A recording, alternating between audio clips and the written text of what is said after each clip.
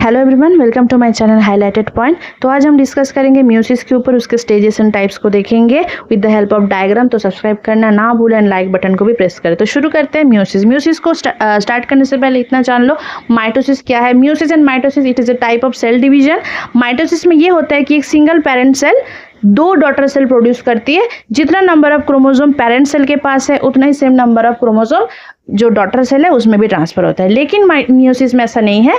Meiosis में ये होगा कि जो पेरेंट सेल है वो half number of chromosome transfer करेगी और 4 डॉटर सेल बनाएगी। ठीक है, तो ये मियोसिस कहाँ पर होगा? जर्म सेल में। माइटोसिस होता है सोमैटिक सेल में। ठीक है, तो चलो इसके स्टेजेस को देख लेते हैं। पहले जान लो म्योसिस क्या है। इतना समझ गए, meiosis is type of cell division that reduce the chromosome number by half resulting in 4 genetical diverse daughter cell. तो ये जो क्या करेगी, अपने क्रोमोसोमल नंबर को हाफ करके जो डॉटर सेल है 4 डॉटर सेल प्रोड्यूस करेगी। और ये प्रोसेस किस लिए क्रूशियल है? For sexual reproduction. Okay, and occur in 2 main stages, meiosis 1 and meiosis 2। इसके 2 स्टेजेस होंगे म्योसिस के, स्टेज 1 एंड स्टेज 2। स्टेज 1 में वही सेम रहेगा, profess 1, metaphase 1, anaphase 1 and telophase 1।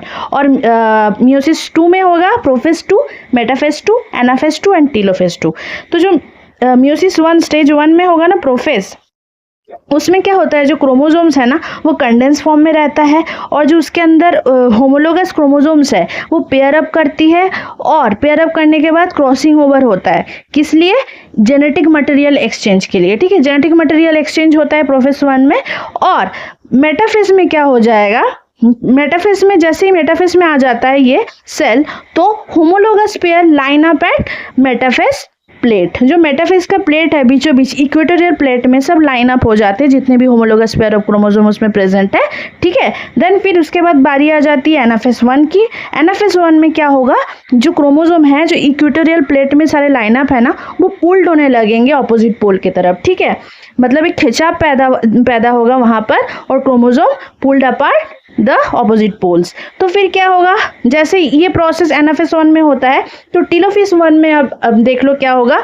Anaphase 1 के बाद जैसे पुल्ड हो रहा था, टीलोफेस 1 में कंप्लीटली पुल्ड होगा और क्रोमोसोम क्या हो जाएंगे? Arrive at the poles. Okay, जो ऑपोजिट पोल है उसके पास अराइव्ड हो। जैसे ही पोल्स के पास, ऑपोजिट पोल्स के पास वो divided chromosomes homologous pair of chromosome पहुंच गया तो क्या होगा? ऑब्वियसली साइटोकाइनेसिस का प्रोसेस होगा।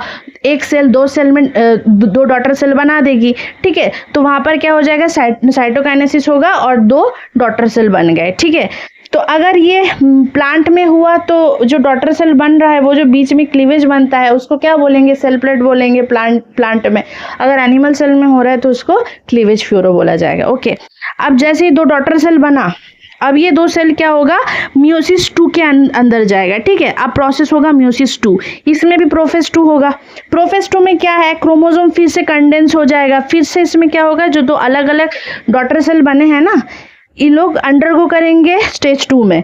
तो प्रोफेस 2 में आए दोनों। प्रोफेस 2 में इनका फिर से जो कंडेंस फॉर्म में क्रोमोसोम है वो तो वैसे ही रहेगा और स्पिंडल एपरेटस फॉर्म होगा। ठीक है, धीरे धीरे उसमें क्या हो रहा है, इसमें देखो याद रखो, प्रोफेस 1 में स्पिंडल एपरेटस फॉर्म नहीं हो रहा था लेकिन प्रोफेस 2 में स्पिंडल एपरेटस फॉर्म हो रहा है। फिर नेक्स्ट स्टेज स्टार्ट होता है मेटाफेस 2। इसमें क्रोमोसोम लाइन अप होता है फिर से वही मेटाफेस प्लेट में, each of the 2 haploid cell.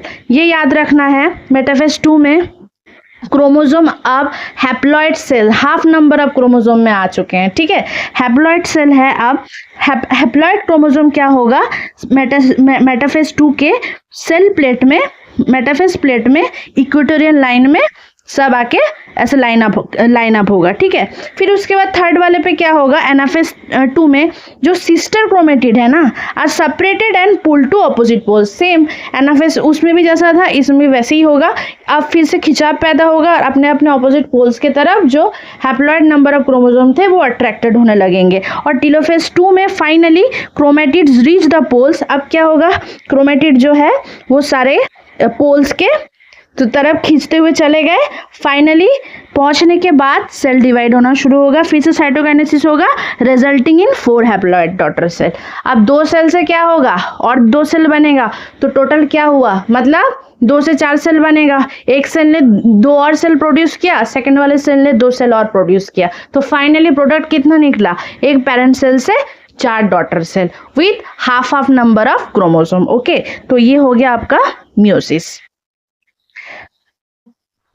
आगे और कुछ पॉइंट्स देख लो, जैसे कि रिडक्शन डिवीजन इसको बोला जाता है। मियोसिस क्या करता है, reduce the chromosome number by half creating haploid cell. इसका काम क्या रहता है मियोसिस में, याद रखना, हमेशा डिप्लॉइड सेल से हैप्लॉइड सेल बनता है, डिप्लॉइड से हैप्लॉइड सेल बनता है, इसलिए इसको रिडक्शन डिवीजन के नाम से भी जाना जाता है।